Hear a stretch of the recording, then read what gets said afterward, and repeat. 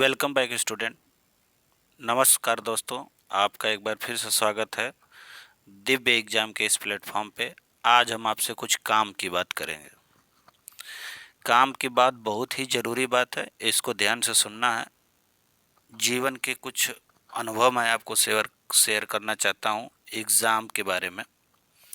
देखिए, सबसे पहले हम बात करेंगे कि जो आप जिस कैटेगरी का एग्ज़ाम देते हैं उसमें से सबसे पहले हम बात करेंगे, आज इम्पोर्टेंट है वनडे एग्ज़ाम के बारे में। वनडे एग्ज़ाम बच्चों उस एग्ज़ाम को कहते हैं जिसके एग्ज़ाम एक ही दिन में हो जाते हैं, उसको हम वनडे एग्ज़ाम कहते हैं। एक दिन में सुबह शाम या एक ही बार में, जैसे यूपीपी का एग्ज़ाम है आपका वनडे एग्ज़ाम में आएगा, टीचर्स के एग्ज़ाम वनडे एग्ज़ाम में आएंगे, रेलवे बैंकिंग सारे एग्ज़ाम ये सब वनडे एग्ज़ाम में काउंट होते हैं। इस तरह से तमाम यूपी ट्रिपल एस सी के एग्ज़ाम आपके वनडे एग्ज़ाम में हैं। बिहार बीपीएससी बहुत सारे ऐसे एग्ज़ाम कंडक्ट करवाती है जो वनडे एग्ज़ाम मतलब जो एक दिन में आपका एग्ज़ाम होता है। उसके बाद डिपेंड करता है कि आपका कितना मार्क्स आया है, उस हिसाब से जो है मेरिट लिस्ट बनती है सीट के अकॉर्डिंग। तो वनडे एग्ज़ाम की क्वालिटी बताऊं मैं, पैटर्न के बारे में बात कर दूं, असली हकीकत जो है बेटा मैं उसके बारे में बात करूंगा। असली हकीकत के बारे में मैं तुमको बता दूं कि बच्चों 2013 से पहले, 2013 बिफोर और इसके बाद एग्ज़ाम में कितना व्यापक चेंज हुआ इसके बारे में सुन लीजिए। 2013 से पहले क्या था बच्चों कि कमीशन पेपर सेट करते थे, जितने भी आयोग थे ये लोग पेपर बनाते थे।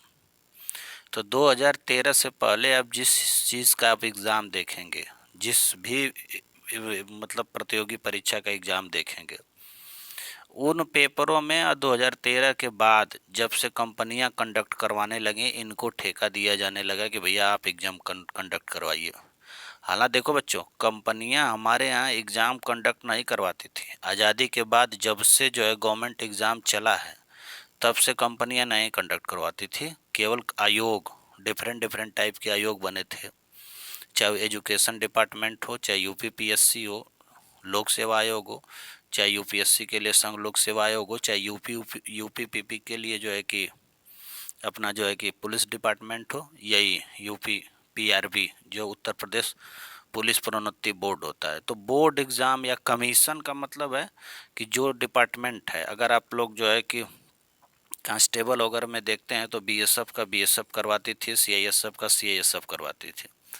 तो एग्ज़ाम कंडक्ट करवाते थे ये लोग, तो इनके पास एक एक्सपीरियंस था और एक्सपीरियंस के अकॉर्डिंग उनमें बहुत ज़्यादा पैटर्न में उनके चेंज नहीं होता था, मतलब धीरे धीरे चेंज होते थे। तो जो वो एग्ज़ाम होता था ना, उसमें यदि आप एक बात बता दूं, जैसे मान लो 4 सब्जेक्ट आ रहे हैं 2013 से पहले की मैं बात बता रहा हूँ, 2013 तक अगर मैथ आ रही है, रीजनिंग आ रही है, जीएस आ रहा है आपका और हिंदी आ रही है, तो जो बच्चा मान लो बच्चे हिंदी और रीजनिंग ये सब मान लो 50-50 क्वेश्चन आ रहे हैं, हिंदी और रीजनिंग सारे क्वेश्चन सही कर दिए, 10-20 क्वेश्चन मैथ के सही कर दिए उसने, और 5 क्वेश्चन छोड़ो, यही दो पेपर जो है अच्छे से कर देता था आदमी, 80-90 क्वेश्चन 100 क्वेश्चन पे जाते जाते उसका जो है मेरिट बन जाती थी, आराम सिलेक्शन ले लेता था। लेकिन 2014 के बाद एग्ज़ाम में क्या हुआ बच्चों कि ये 4 सब्जेक्ट आते हैं, अगर मैं बात करूं मैथ की, रीजनिंग की, जीएस की और हिंदी की, और ये 4 सब्जेक्ट आते हैं, तो आपको कितने मार्क्स चाहिए सिलेक्शन के लिए ये देख लो। जबकि वैकेंसी भी बहुत ज़्यादा निकल रही है, वैकेंसी में कोई कमी नहीं। और रही बात कि पढ़ाई का लेवल बच्चों का बहुत ज़्यादा हो गया, तो ऐसी कोई बात नहीं है, ठीक है। ऑनलाइन पढ़ाई और ऑफलाइन पढ़ाई में बेटा ज़मीन आसमान का अंतर है, ठीक है। ऑफलाइन टीचर्स मैं नहीं कहूँगा गलत थे, वो काफ़ी अच्छा था, वो कॉन्सेप्ट बहुत अच्छे होते थे, आप आई कांटेक्ट करते थे, अपने क्वेश्चन पूछते थे, सोल्यूशन लेते थे। अब तो ऑनलाइन आ गई ये सिस्टम, तो इसमें देख लो कैसे बनता था। तो मैथ, रीजनिंग, जीएस और हिंदी है, तो 2013 से पहले की मैं बात बता रहा हूँ, 2013 तक क्या कंडीशन थी। अगर आपके जो है कि मान लो सब 50-50 मार्क्स के हैं, सारे 50-50 मार्क्स के हैं, ठीक है। हिंदी में आप मान लीजिए 40 मार्क्स कर दिए, ठीक है। जीएस में आपको मान लो 20 मार्क्स आ गए, रीजनिंग में भी आपको 40 मार्क्स। ये रीजनिंग वो ये रीजनिंग नहीं है, अब तो भाई साहब एनालिटिकल रीजनिंग इतनी ज़्यादा पूछ रही है। अगर 50 रीजनिंग के प्रश्न आए तो उसमें 25 से 30 तक एनालिटिकल रीजनिंग होगी। एनालिटिकल रीजनिंग पढ़ाने वाला वनडे एग्जाम में कोई एक टीचर बता दो कि जिसके पढ़ाने से 30 में 30 क्वेश्चन सही हुआ है कोई ऐसा? नहीं। समझ रहे हो? जो 20 फंसा दे, 20 करवा दे, वो अपने आप को बहुत बड़ा एनालिटिक टीचर मानता है। तो ये कंडीशन थी। उतने एनालिटिकल रीजन सिलोलिज्म के क्वेश्चन आते थे, जिसको न्याय वाक्य कहते हैं, जैसे कुछ कुत्ते जो है कि बिल्लियाँ हैं, वो आते थे।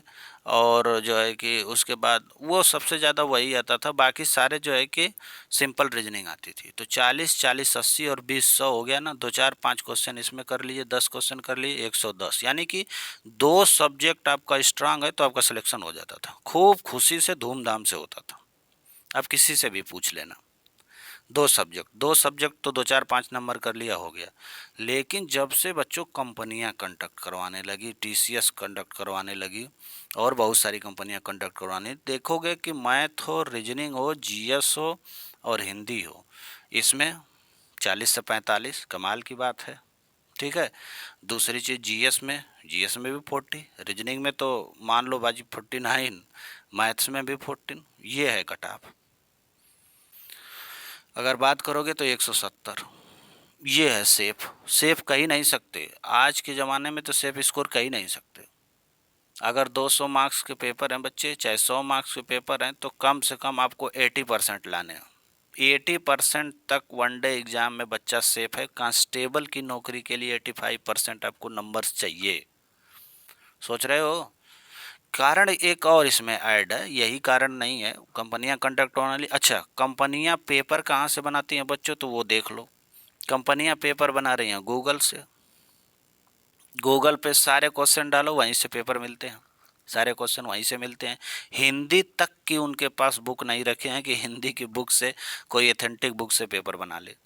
पेपर वो बना रहे हैं किससे? गूगल से। गूगल पे आप जाओगे, सारे क्वेश्चन के आंसर वहाँ से मिलेंगे।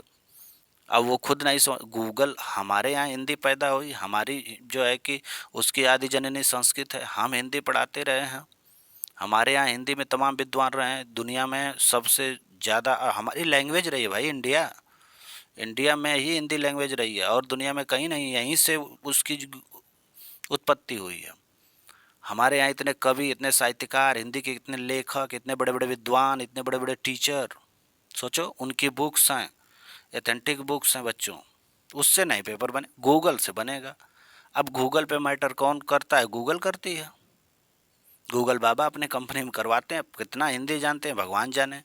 कंपनियों वालों को तो पास मौका तो देखो बेटा, कंपनियां ना प्रॉफिट के लिए काम करते हैं। मैं तुमको एक बता दूं, कोई भी कंपनी, तुम्हारी खुद कंपनी रहेगी तो प्रॉफिट के लिए काम करेगी। दुनिया की कोई भी कंपनी, बैंक जैसे प्रॉफिट के लिए काम करते हैं, वैसे कंपनियां भी प्रॉफिट के लिए काम करती हैं। तो प्रॉफिटेबल व्यक्ति के माइंड में प्रॉफिट रहेगा, तो वो कैसे जो है कि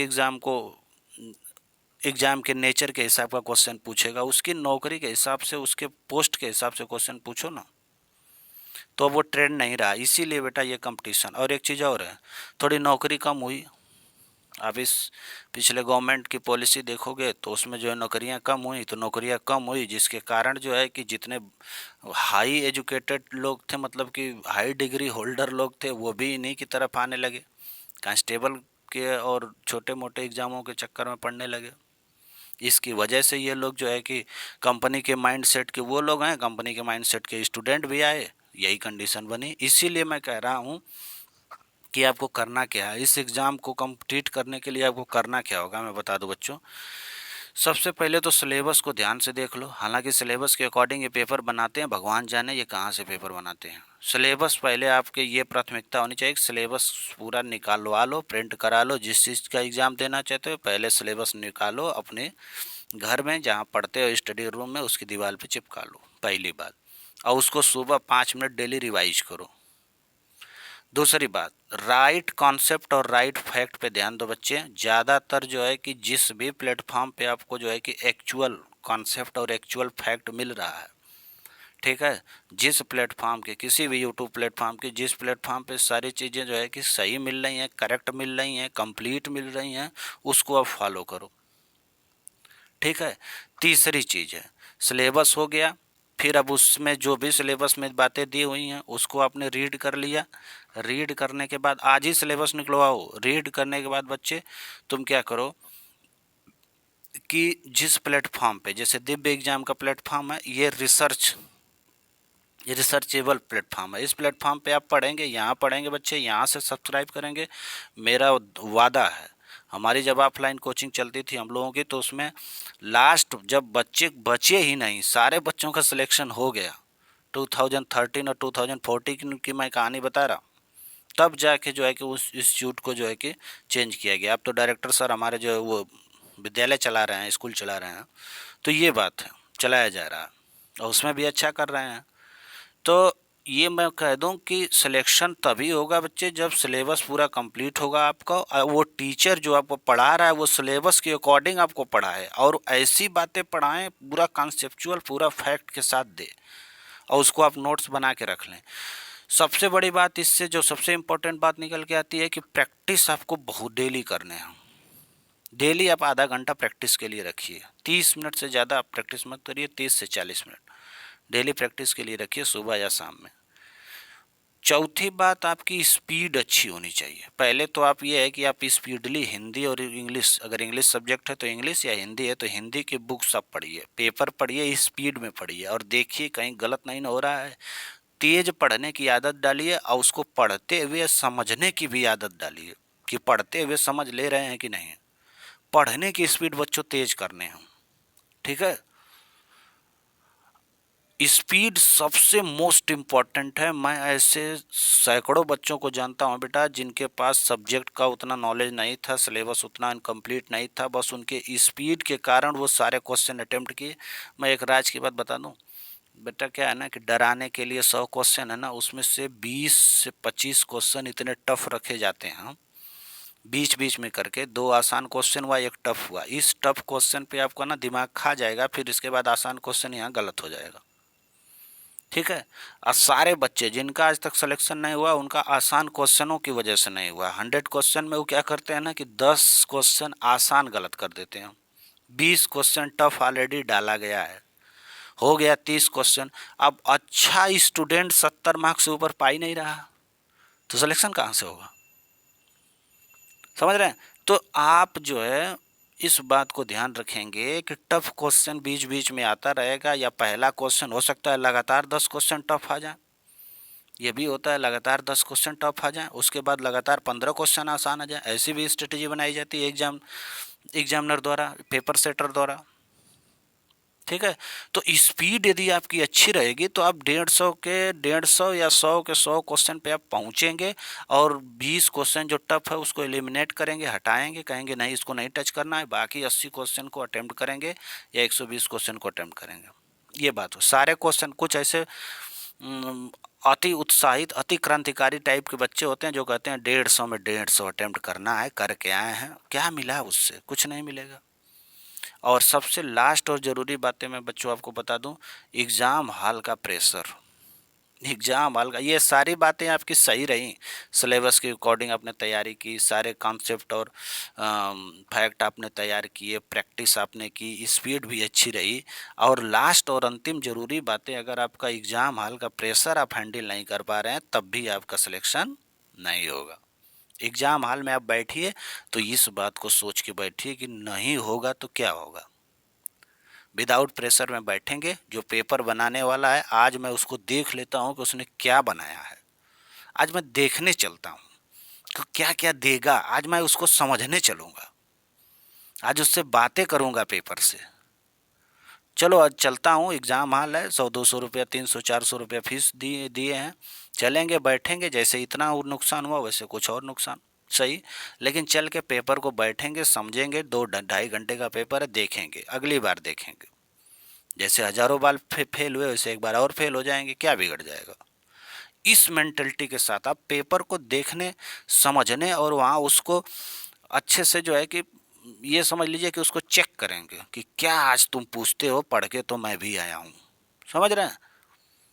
चलो देखते हैं कैसे मुंह घुमा घुमा के पूछता है, एक ही क्वेश्चन को किस तरीके से वो घुमाएगा। चलो मैं तो जानता हूँ, जाऊँगा एग्जाम हॉल में, वो घुमाएगा बहुत, तो चलो आज इसको घुमाने दो, देखते हैं कितना जब वो घुमाए तो बेटा तुम मुस्कुराओ वहीं पे कि देखो यहाँ घुमा रहा है। इस मेंटलिटी के साथ अगर आप एग्जाम हॉल में प्रेशर हैंडल कर लेते हैं तो आपका सिलेक्शन पक्का है। ये ज़रूरी बातें हैं बेटा, इसको ध्यान देना और इस पे काम करना। एक बात मैं और बता दूं कि अभी तो एग्ज़ाम सीज़न ऑफ चल रहा है, जैसे ही एग्ज़ाम की प्रिपरेशन, जैसे ही डेट आएगी किसी भी एग्ज़ाम की, फिर उसके बाद आप देखिएगा जो हमारे चैनल से जितने भी मैटर जा रहे हैं वो सारे रिसर्च के हैं। तो आप ऐसा करिए कि चैनल्स को सब्सक्राइब करिए, शेयर करिए, और एक बात और है, सीरियस स्टूडेंट तक पहुंचाइए। एक बात और है बेटा, सीरियस स्टूडेंट तक पहुंचाओ ना, शेयर सब्सक्राइब करवाओ ना। जितना चैनल बड़ा होगा उतना ही मेहनत के साथ काम करेगा। अब फ्री में सारे मैटर आपको प्रोवाइड कराएगा। अब तुम सोच रहे हो कि अपने दोस्त को नहीं देंगे हम, ये जान जाएगा ये चैनल अच्छा है, इस पे अच्छी बातें आ रही हैं, सारी चीज़ें एक जगह मिल रही हैं, अच्छा कॉन्सेप्ट मिल रहा है सर के द्वारा, तो किसी को बताने से ऐसा ना हो कि उसकी नौकरी लग जाए। अरे बेटा वो मेहनत करेगा तब ना। अगर वो इतना ही मेहनती होगा तो तुम नहीं भी बताओगे तब भी तो वो मेहनत करके तुमसे आगे चला जाएगा। तो ये जो इस भ्रम में ये लोग रहते हैं ना कि नहीं बताएंगे उसका हो जाएगा हमारा नहीं होगा, ये सब बेटा ये सब बहुत गंदी भावना है। आज जितने लोग नौकरी कर रहे हैं तुम उनके दिल से जाके पूछो, जितने गांव समाज के तुम्हारे पड़ोस पास पड़ोस की नौकरी कर रहे हैं उनसे जाके पूछो कितनी मेहनत है उनके। उनसे ज़्यादा उनके परिवार वाले एटीट्यूड में रहते हैं, वो फालतू रहते हैं। उनसे जाओ पूछो बेटा, वो 24 घंटे 24 आवर्स वो ड्यूटी दे रहा है, उसकी उसके उसके दिल से पूछोगे ना तो वो कहेगा कि भाई तू ही अच्छा है। जितना मेहनत करवा के गवर्नमेंट पैसा देती है ना, वो करने वाला ही जानता है। तो इसलिए उनकी बातें छोड़ो, देख लो जो तुम्हारे सामने के तुम्हारे बगल के लोग नौकरी कर रहे हैं, क्या वो मेहनत नहीं कर रहे हैं? जितना मेहनत कर रहे हैं बेटा, हम लोग तो आराम से बैठे हैं घर पे, बढ़िया खा रहे हैं। ठीक है, पैसा मिलता है, पैसा बेटा एक बात है, तुम लोग पैसे के चक्कर में मत पड़ो। पैसा व्यक्ति कमाता है ना, तुम भी जो पैसा कमाने लगोगे तुमको लगेगा कि अरे यार नहीं कमाते थे तो अच्छा खाते थे, कमाने लगे तो बुरी हाल हो गई। तो जो मेहनत करेगा उतनी, जितनी बातें हमने बताई हैं उस पर जो मेहनत करेगा वही ना सिलेक्शन लेगा। तो तुम बता दो, तुमको बताने में क्या दिक्कत। और उतनी मेहनत करने में यदि वो सक्षम होगा, उसके पास क्वालिटी होगी, तो तुम नहीं भी बताओगे बेटा तो चैनल ढूंढ लेगा और बाकी कहीं दूसरे चैनल से या कहीं और से, कहीं बुक से, कुछ से भी वो कर लेगा, कर ही लेगा। इसलिए इसमें मत हिचकिचाओ बेटा, इसको शेयर कराओ मेरे भाइयों, मेरे दोस्तों। ये अपील है, इस चैनल को बड़ा करवाइए, मेरी बात मानिए, मेरी बातों के साथ चलिए, आपका सिलेक्शन 100% पक्का है। थैंक यू, धन्यवाद।